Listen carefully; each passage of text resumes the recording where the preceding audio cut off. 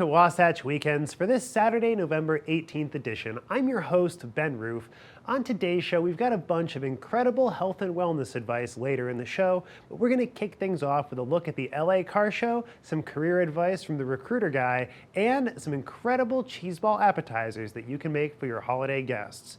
But if you're looking for something to do today, the Habitat for Humanity's holiday tree auction began yesterday and is kicking off all through the rest of today. It is an incredible opportunity, an event that is returning this year with even more holiday fun. If you celebrate Christmas, Hanukkah, solstice, or Festivus, they are all expressions of celebrating home with friends and family. The holiday displays will be up for several days and auctioned off online for the benefit of Habitat for Humanity's mission to build homes, communities, and hope here in the Park City area. But let's take a quick look at today's weather before you head out and get on with the rest of your day. This weather report is brought to you by Sun and Ski Sports, your new mountain sports headquarters.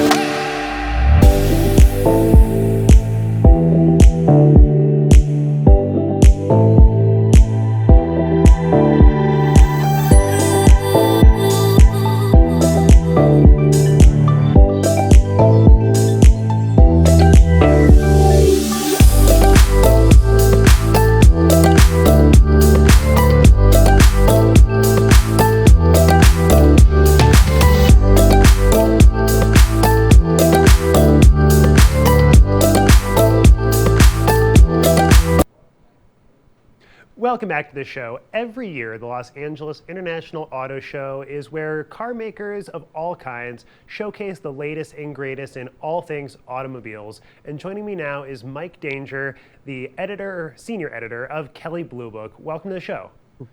Hey, thanks for having me. Thank you. Well, thank you so much for taking the time to join us. So, with the LA Auto Show coming up, what are people looking for? What is the big top line items? They're looking for the latest and greatest with technology, not only pertaining to EVs, but technology that's getting put into almost all of the newest cars, whether it's inside with larger screens that are easy to operate and clear and hook up with your phone seamlessly, or on the outside with safety tech that helps prevent you from getting into a collision. Have you seen anything in particular yet that's really kind of caught your interest in that new safety or connectivity world?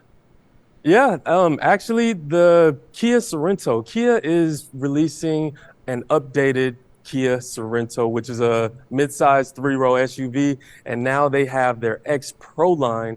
But the coolest part is they have newer safety features like front collision avoidance with pedestrian detection that keeps all of the people around you safe.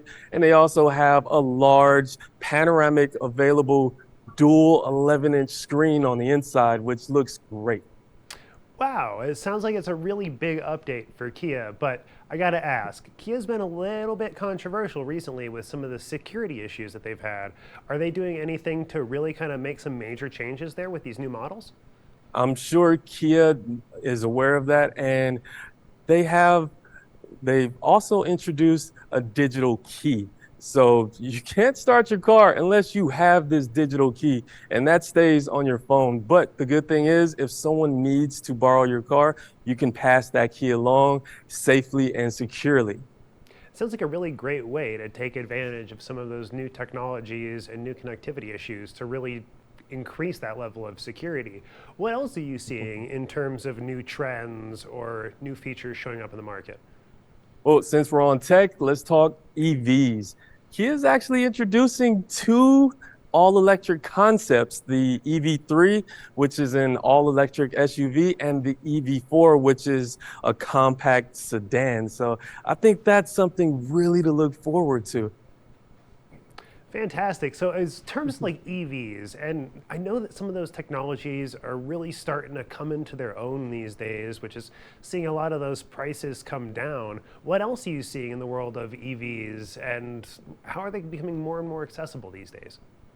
So not only is the price coming down, but you can see range going up higher. And there is talks of merging charging, but the best thing is that range going up. So that eases consumers' range anxiety and gives them a more confidence in purchasing an EV, knowing they won't end up stranded. And it'll definitely, that range will last them throughout the week. And it's so easy to charge, especially with the fast charging times. That's really cool. I mean, personally, that's one of my biggest hesitations with getting an EV. I really like the technology, and I think it's got a lot of incredible features, but I spend about as much time driving on Forest Service access roads as I do on pavement. So having a little bit of that extra off-road capability and the ability to throw a jerry can in the back of the car to make sure I can get home, that's something that's really important to me. Have you seen anything in that world of like off-roading or bridging that gap between environmental or EVs and off-roading? Yeah, so talking about bridging the gap, this Kia Sorento is refreshed for the 2024 model year, and they've introduced an X Pro line, which pretty much is an X Pro trim that gives you more capability off-road, and it comes with 17-inch wheels and all-terrain tires. But the best part is it's going to be a hybrid trim and a plug-in hybrid trim later on in 2024. Fantastic. So that's both that hybrid trim and that more kind of stepped up all-terrain performance really couples together well, it seems. Yeah, it almost sounds too good to be true. You get your electric range, and you can also enjoy going somewhere off the beaten path without having to worry, am I going to be able to charge this thing while I'm in the dirt?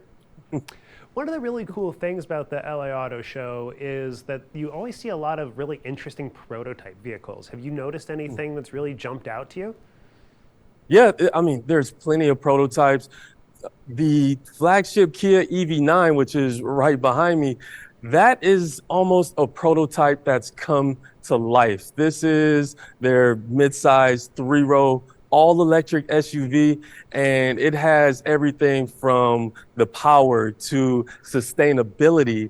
And I think it's a good move to have your electric vehicles that not only can provide performance and range, but also look pretty cool as well. That's important to a lot of people. Absolutely. I mean, it's something that I've always been a little bit disappointed about by the show is that you see these incredible prototype cars with all of this technology, and then a lot of that never really makes it onto the road or ends up being too expensive to be really cost effective for the consumer. But it sounds like Kia's really kind of gone above and beyond with this new EV9. Yeah, I mean, their design language is great. And if you look around the auto show, it's a lot of manufacturers that are taking a more radical approach to how they're designing their cars. For instance, the Toyota Camry, back in the 90s, it looked like a regular sedan, but now it looks sharp. So the auto show is a great place to see where manufacturers are taking their ideas, and consumers can check that out for themselves. Got one more question for you real quick before I let you go. It's just my own personal favorite vehicle is the Toyota 4Runner. Any chance you've seen that new 6th gen yet? Haven't seen the 6th gen yet. I know they have the new Land Cruiser, but haven't seen the 4Runner just yet. Dang, I'm going to keep looking out for that one. Well, Mike Danger of Kelley Blue Book, thank you so much for joining us and sharing all of this wonderful information. Hey, thank you for having me. All right, well, we appreciate the time, and we will be right back after a short break.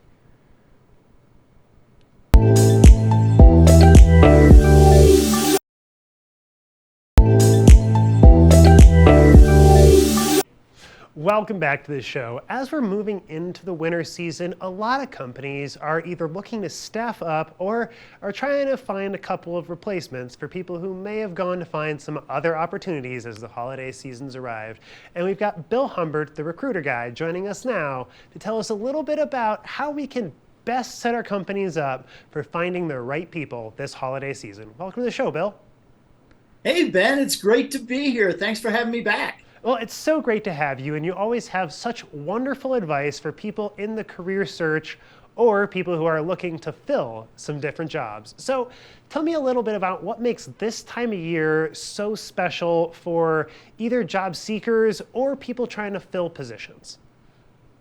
You know, Ben, this is a well-kept secret. We're not going to tell anybody unless they're one of your viewers. Okay? Is that agreed? Agreed. Okay. November and December are the best months to attract top talent. And during this period of time, the human resource department's focus is on open enrollment, holiday preparations, other things that are important, and they're too distracted to focus on recruiting. So what makes this a great time then to look for a new position or to try and find that new position or that new person to fill an open role? What makes this time of year special, especially if HR has got their eye on a little bit of a different ball? That's on a totally different ball. And so there's four major reasons. Number one, think about this. Your competition is napping. HR is out doing other things. Your competition is napping. You're the manager. Go get the one you want. Secondly, your budget's done. You know who you can start in early January. So go after them. And then the other thing is when you're contacting candidates, this time of year, everybody's feeling warm and fuzzy, and it's much easier to reach them. And then finally, my recruiting experience since 1981. So 1981 to 1992, I strictly did headhunting, fee-based recruiting. My best months were always December and January, depending on when the person started. And I even had a candidate interview Christmas Eve and then give me a Christmas present Christmas night. Christmas Eve, she interviewed, received an offer. Christmas night, she called me at home and she said, "I've got a Christmas present for you. Tell Sam tomorrow that I accepted." Oh, that's fantastic. I would imagine that when you do get that ball rolling during the holiday season, it makes it a lot easier for the candidates to be able to start from the beginning of the year. Once the holiday season's kind of wrapped up, they're ready to go, right? They should be. You know, they know what it is that they are, the kind of person they're going after. And so, you know, why not start them on January 4th or 2nd or whatever the first day of that week is and get them going. So I'd rather lead than follow. And while the other organizations are napping, now's the time to go after the best candidates. And why not wait till January where everybody else does and kind of let the holiday season kind of go by, and so people aren't distracted by Christmas celebrations or New Year's? Why would you recommend getting that start early instead of waiting until January? So think about this idea. And this is what I suggest to my clients, and once they see that it works, they really like it. Source, interview, and select the best qualified candidate now. Extend the offer in December with an early January start date. And what happens? Boom! Your new employee is working while everyone is just beginning the career search, the candidate search. Go after them now. Well, and I imagine that it's great for morale too, to start that new position right off the wind in your sails of a great holiday vacation, a great Christmas time, and really start the winter off right. That's exactly right. Psychologically, as soon as you extend that offer and that person accepts, that weight of worrying about who am I going to find in January or February or March or April, you've got the person and they're already working. So that takes that load off your mind before the holidays are even over. Well, and I imagine that from the business side of things too, it works really well in the workflow to be looking for new talent and then begin that onboarding process while the breaks are happening. And so you might not have a full office, and it might be a little bit easier to kind of schedule some things like an interview during that time where people are already taking off to be either with friends or family. And at least it seems to me like it would also be really easy for the business to transition either new employees in or old employees out, depending on what the needs are, right around that time, since a lot of people are already taking time off to be with family and go on vacation. Exactly. So when a person, mid-December gives 2 weeks notice, that's great. And they can start 1st of January at their new company. From the new company's perspective, now that person is involved in the meetings that begin the year, where the managers talk about, this is what we're going to be doing this year. And we're really excited to have you on board, and let's get going. And you know what? It works great. Well, and I bet that also really avoids the need to having to catch that new employee up in March or April with this is where we are for the year and this is what we need to prepare for. To have that out of the way right off the bat, I imagine makes things way more efficient, especially for that employee getting settled in that new role and that new position to not be feeling like they're playing catch up all year. That's perfect. Yeah. Let's get started now. Go back to that, boom, get them started right on the 1st of the year. They're involved in the meetings right from the 1st of the year. They're learning. It takes about 5-6 months for a professional to really get into their job flow. And why not get them going sooner? I had a contract with HID Global, a cybersecurity firm, and they actually started 2 candidates who wanted to start the week between Christmas and New Year's. And they felt, hey, we'll do the HR onboarding now, get them started, and in January, whatever it was, 4th, bring them on board, and they've got that part out of the way, and let's get them working. So let's change topics just a little bit from the reasons why now is such a great time to recruit to a little bit of tactics on how one can best look for some of those new candidates who might be doing their job search over the holidays. There's this device, and you can get scores of ball games, you can get the weather. It's called a phone. And I can't tell you how many times I found candidates for my clients by networking. So networking is great because this way you're having a conversation with somebody who may know the person, and now you're transitioning that and saying, wow, could you introduce me to that person? Now you've got a warm introduction. I do this all the time. With that warm introduction, there's always a trust relationship already begun. And now when the person talks to you, they trust you more because you're not calling out of the blue. And they're the easiest people to find. And a lot of times they're the best candidates for any position. Well, and having that friendly bridge of a real person, a real face, and an existing relationship, I imagine helps build a lot more trust with the potential candidate as opposed to just getting a phone call from a faceless corporation. Exactly. And the thing is, if you get a call from a corporation, how many people are going to take that call? How many spam calls do you get in a day? I mean, fortunately, I'm getting rid of some of those, but it's just a thing where that personal connection just benefits everybody in the process. So tell us a little bit more, Bill, about Expecting Success and the Over 50 Career Search, your book. Well, I love talking about my book.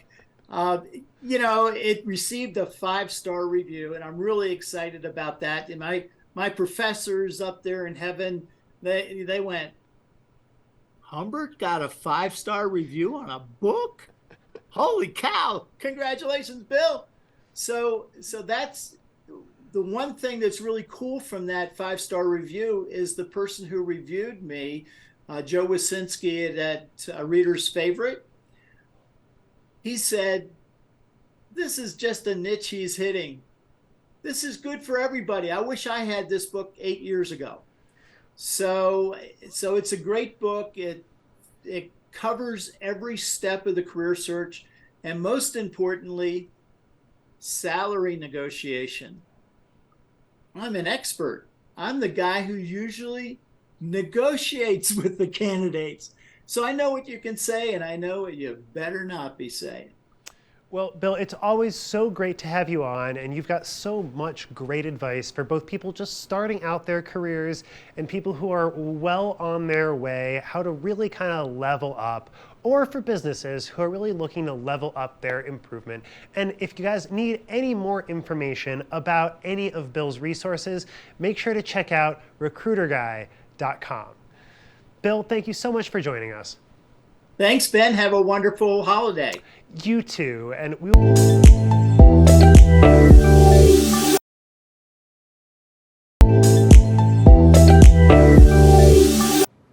Welcome back to the show. As we start getting closer and closer to the holidays, we're always starting to think about food and the various meals that we can make to serve our friends and family.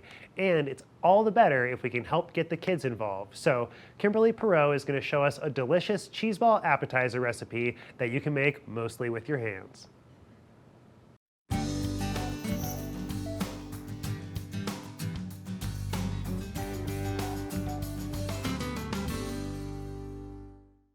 Now, I love a good Thanksgiving appetizer almost as much as I love the actual meal itself.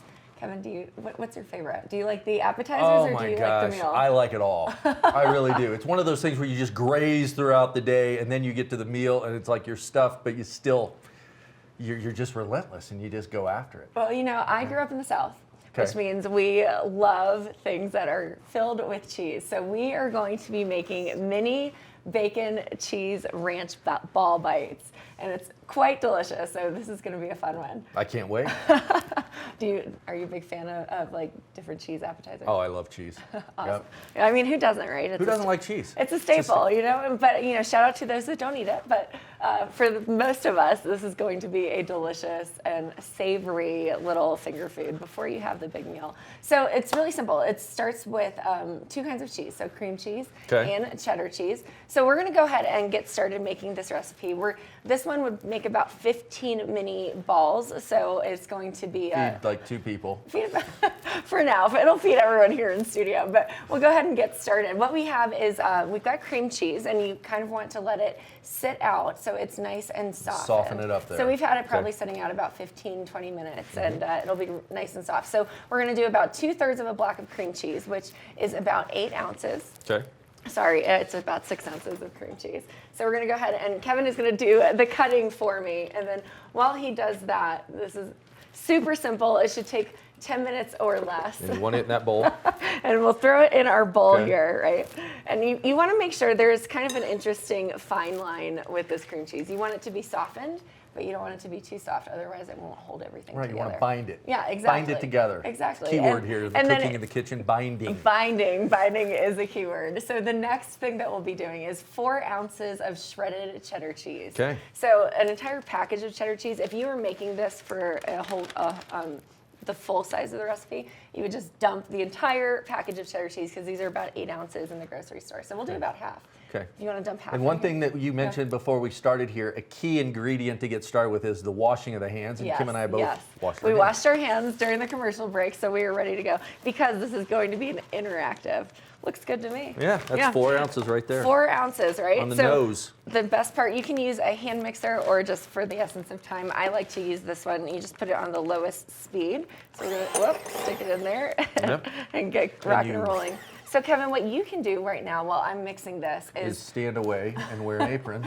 Stand away, wear an apron. But we're actually going to go ahead and mix our bacon and our parsley, and we can mix it in here. So you're going to do about a half a teaspoon of parsley, and then a half a cup of bacon, but I'd say just about half the package, or a little more, whatever. It's really up to you. You can mix whatever you want to, because what we're going to do is roll our cheese mix into the bacon and the parsley. It's the simplest thing. And then the last piece, you throw a little bit of ranch seasoning in there. Now, you can measure this out. I'm going to go ahead and measure it out now. You're going to be official I'm about gonna be it. While official. I'm sitting here eyeballing things. Well, you can never go too, and also too much cheese, too much bacon doesn't exist in my mind. Right. Okay. Yep. So you're just going to go ahead and add How a much little. of the parsley again? You're about tablespoons? About a half a teaspoon, or a Half- tablespoon, sorry. okay. So not that much. And we're just going to go ahead and throw it in here. I'm telling you. And it's really up to you. You can put as much ranch seasoning as you want to. Now, wish me luck. Let's hope it doesn't go Wish all me luck, over because the I'm the place. one standing next to her. We'll go ahead and, there we go. And just kind of pulse it and mix it all together. Sometimes you might want to make sure you've got a bowl that has higher sides than the one we're using here today, but Or a blender that doesn't go on Mach 5. we're just pulsing it out just to get it nice and mixed together. Now this is going to be the fun part, and we can.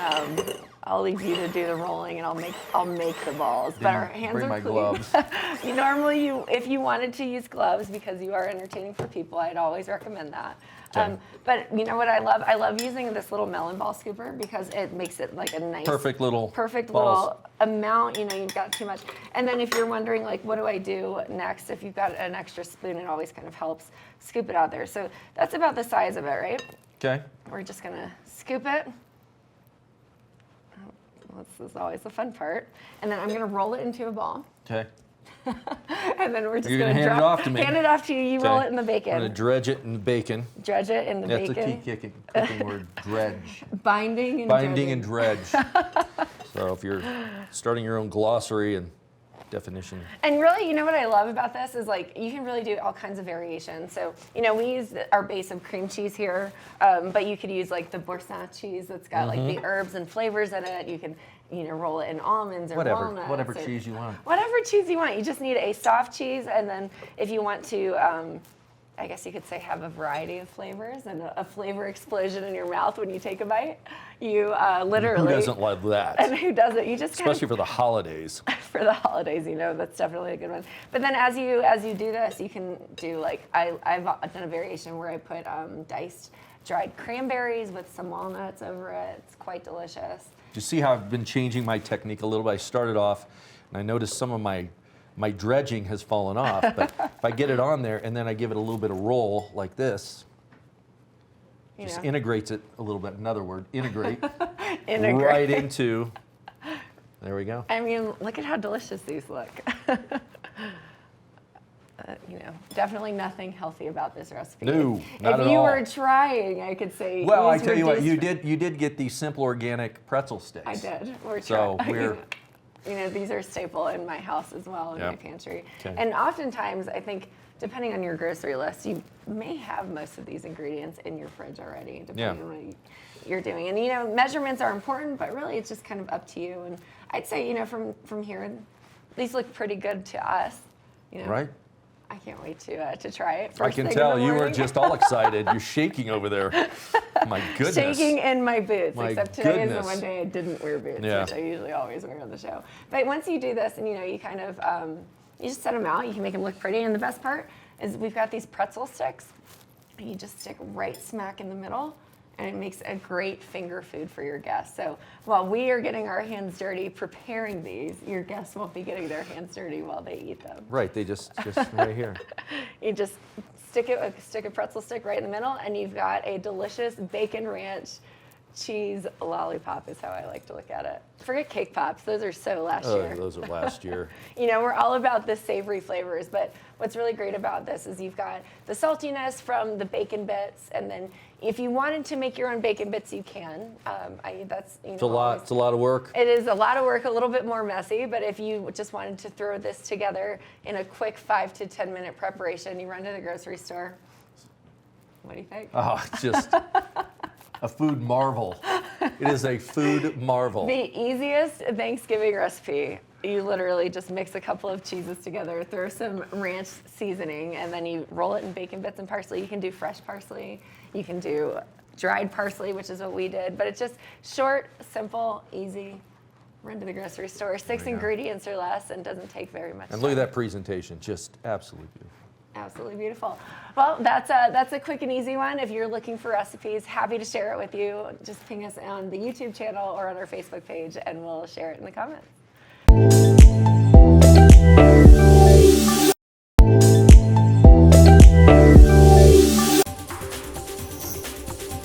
This weather report is brought to you by Sun and Ski Sports, your new mountain sports headquarters.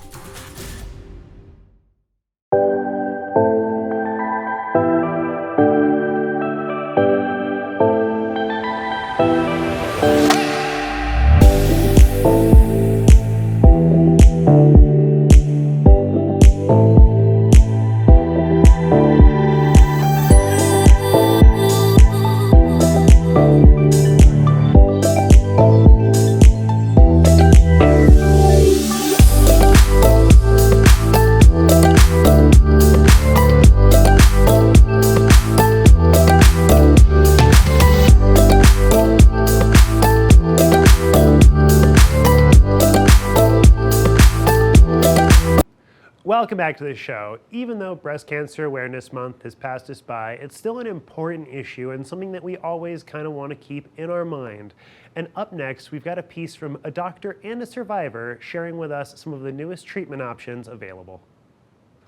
For people with breast cancer, the time spent receiving treatment, coordinating care, and traveling to doctor's appointments can be overwhelming. In fact, experts are now encouraging researchers to include data regarding time spent receiving and coordinating treatment in future studies so that patients understand the time-related burdens associated with different treatment options. So today I'm joined by Monica Ellis, she's a breast cancer survivor, and Dr. Julie Nangia, Medical Director of Breast Oncology at the Baylor College of Medicine. Thanks so much for joining me today. Thanks for having us. So Dr. Nangia, let's get into it. So a breast cancer diagnosis and treatment can be overwhelming. So can you tell us about what current treatment options there are? Yeah, so there's so many different options for breast cancer, and a lot of people don't realize that breast cancer is just not one type of breast cancer. There's a lot of different biologies and subtypes of breast cancer that are treated in very different ways. So today I'm here on behalf of Genentech to raise awareness about breast cancer, the treatments, and how it can impact the patient's everyday life. So when we look at breast cancer, there are three main subtypes of breast cancer. The first type is what we call estrogen positive, HER2 negative, where the cancer feeds off hormones like estrogen. The second type is HER2 positive, where there is a pathway called HER2 that drives the growth of cancer. And the third type is what we would call triple negative breast cancer, where all the markers we look at are negative. So these markers can really change the type of treatments that are recommended. So most patients will have local therapy with surgery and radiation to take care of the mass that we can see in the breast. But a lot of patients will need additional treatment, and this can include chemotherapy, medications that block hormones, and targeted therapies that can block pathways such as that HER2 pathway I mentioned.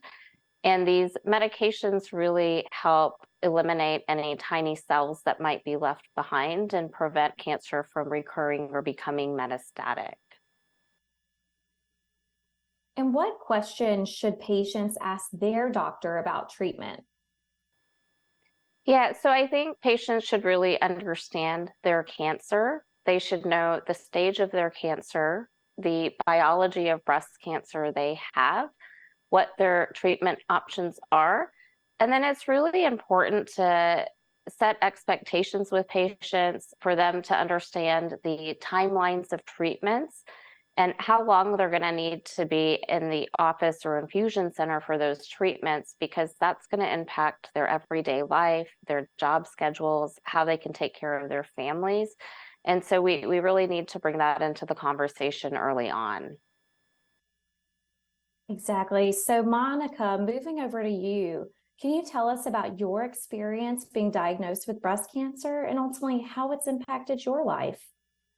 When I was diagnosed with HER2 positive cancer, one of the most aggressive types of breast cancer, I had a mastectomy and then I received my chemotherapy plus HER2 target therapy via an infusion on my chest.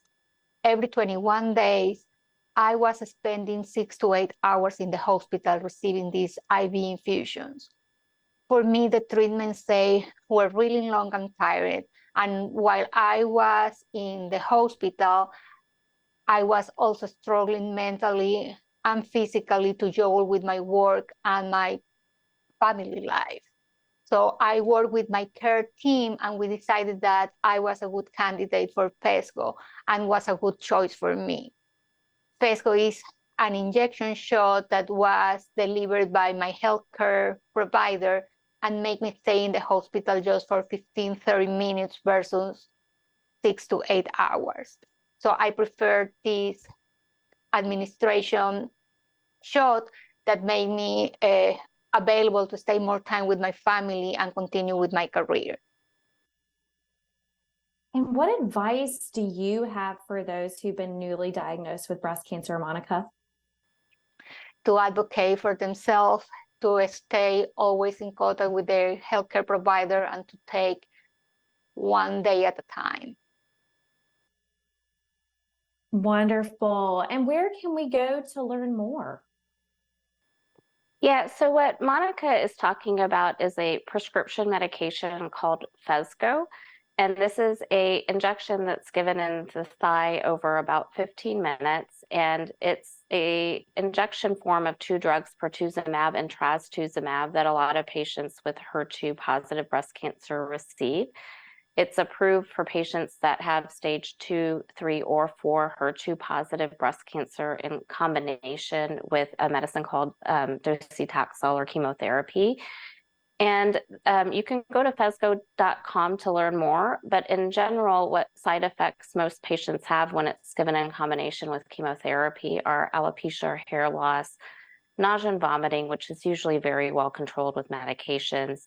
They may have some diarrhea or weakness. If patients have more questions about this medication, they should go talk to their doctors about it, or they can go to phesgo.com to learn more information. Well, thank you both so much for the time today. Thank you for having us.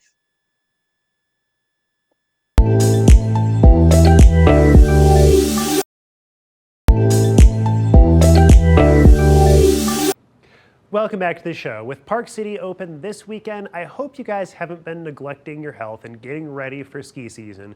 And up next, we've got Mike and Sarah of the incredible mobility duo showing us some of the best ways to help get ourselves in shape and get more mobile for the upcoming skiing and snowboarding season.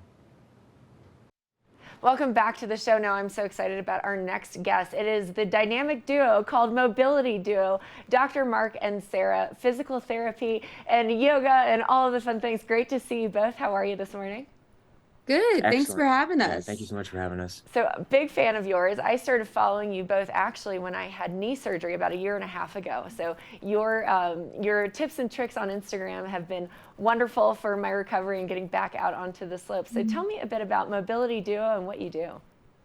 Yeah, sure. So we're a husband and wife team. Mark is a doctor of physical therapy. I am a yoga instructor, personal trainer, and licensed massage therapist.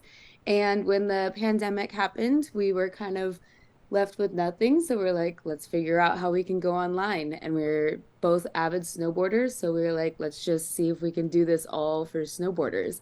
And so now our goal, it's been about 3 years. Now our goal with this business is to just keep snowboarders riding as long as possible. We always say 70 plus years old. I love that. I mean, I would love to be on a snowboard when I'm 70 and older. Now, and I love everything that you do. So physical therapy, yoga, massage therapy, all of it. So how do you tailor your programs? So you're not only are you giving these amazing free tips and tricks on Instagram, but you actually have tailored programs to help people stay mobile and stay limber and stay safe on the slopes. So tell me more about that. I think it's really a combination of our education with biomechanics and movement, and then combining that with our knowledge of snowboarding and what it takes to really excel on the hill. And we present it in an easily digestible way that people can relate with and they enjoy watching. We mix it with humor as well as positive messages and things like that. Yeah, we do have 2 programs specifically though. So we have Shred 3.0, which is a 12-week workout that Mark puts together because he's the DPT.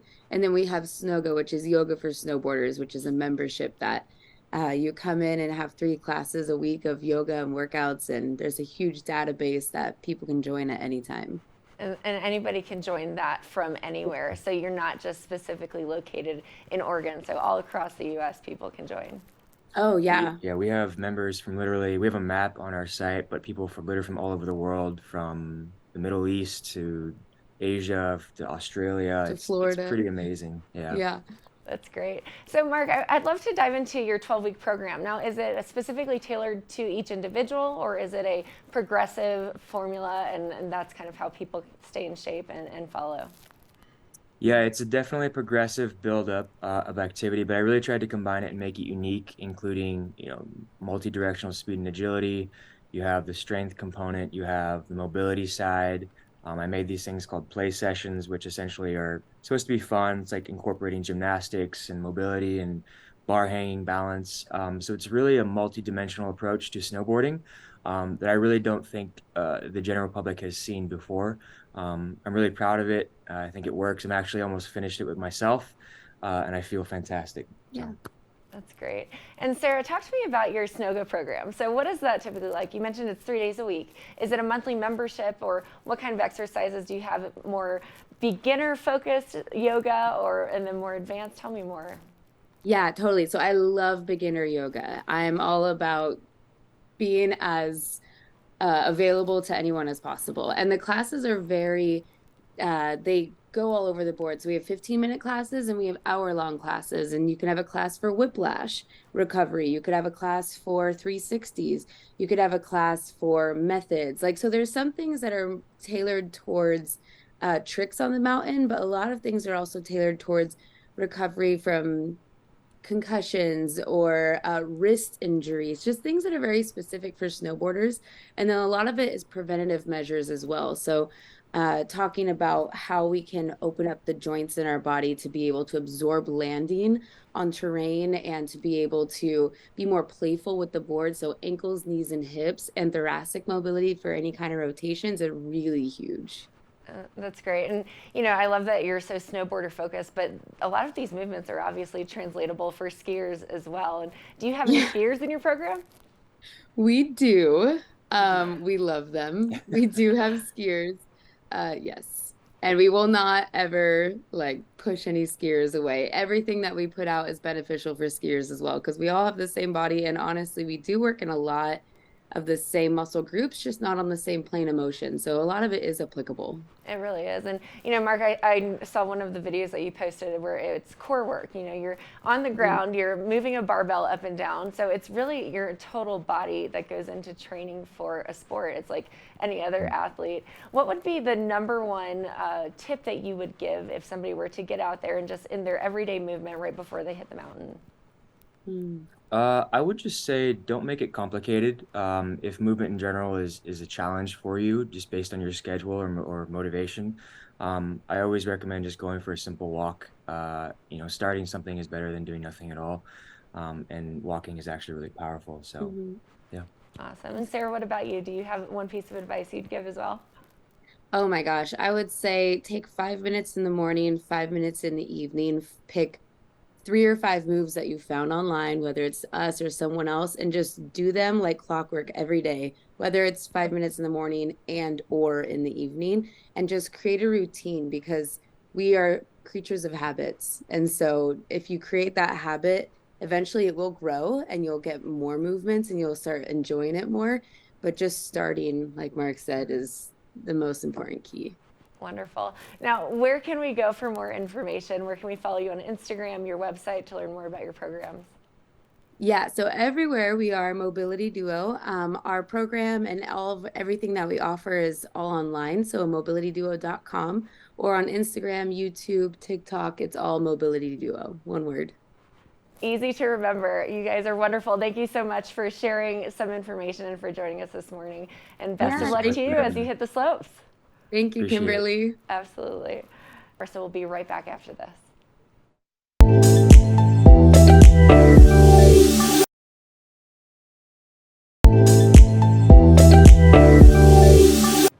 Welcome back to the show. Keeping on with that little bit of a health and wellness theme, up next we've got a doctor telling us about some of the reasons that we should really get COVID vaccinated as we start moving into the winter season. Now, it's the holiday season, and the flu, RSV, and COVID are making quite a strong appearance. Here today to talk about the updated COVID vaccines and how important and recommended it is Dr. Chijioke Bennett, who is the Senior Director of Clinical Development at Novavax. Dr. Bennett, how are you? I'm well, thank you. How are you? Doing great. Now, this is a very important topic and a hot button. Let's talk about why it is still important to get the COVID vaccine. So that's a really good question. So people know we're not in a pandemic anymore, but viruses drift, viruses change, they mutate. And so what we've seen with this virus is that it keeps changing. And so if you got a vaccine in the past, you had the infection in the past, you don't have the most updated protection at this point. And so with the vaccines coming out in this fall season, it's important to get one of those so you can have a response that's more in line with what is circulating presently to keep you and your loved ones protected. Absolutely, and now that we know more about the COVID virus and what it entails, it's very important. So Yeah. in regard to vaccine options, what are available? Oh, I'm so glad we can say this. We actually have options now. We have a protein-based platform, which is more traditional, sort of what people are used to, and we have the mRNA options as well. So let's say that you've had a different option than what you want to select. Can you mix and match the variety of COVID vaccines? Absolutely, and I recommend that you actually do just that. So data has shown that it's say you got an mRNA primary series and your first or second booster shots, that you would actually have a more robust immune response if you switch platforms. So please go out there, get something different, get something new, something exciting, but please get something.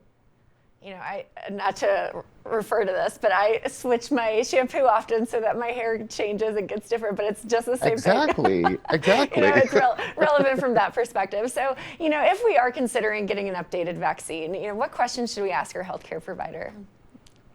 That's a really good one. So first of all, go ask somebody, ask your healthcare provider, ask your local pharmacist, people who actually know your health situation. Ask them, hey, what options are available for me? What works best for my health condition? If you're 65 and older, you have a chronic health condition, you're immunocompromised, go talk to somebody who understands your health scenario and can give you the best advice on what you need to do for yourself. Also ask them, hey, can I get the COVID and flu shot at the same time? And again, ask them, if I'm immunocompromised, back to this special population group, are there any precautions I need to take going into this season and getting my COVID shots? Please have those conversations. Ask somebody who knows you, somebody who's qualified to give you the right sort of advice, and then take the decisions that both of you come together on. Well, I'd say your advice is probably easing the minds of our viewers if they're on the fence or deciding which direction to go. So where can we go for more information? I'll recommend that you, first of all, like we talked about, go to your healthcare provider, your local pharmacist, but also feel free to check out choosetопроtect.com and also vaccines.gov. Choosetoprotect.com. Dr. Chijioke, thank you so much for joining us and giving some advice on how to explore your options. Thank you for having me. Absolutely. This weather report is brought to you by Sun and Ski Sports, your new mountain sports headquarters.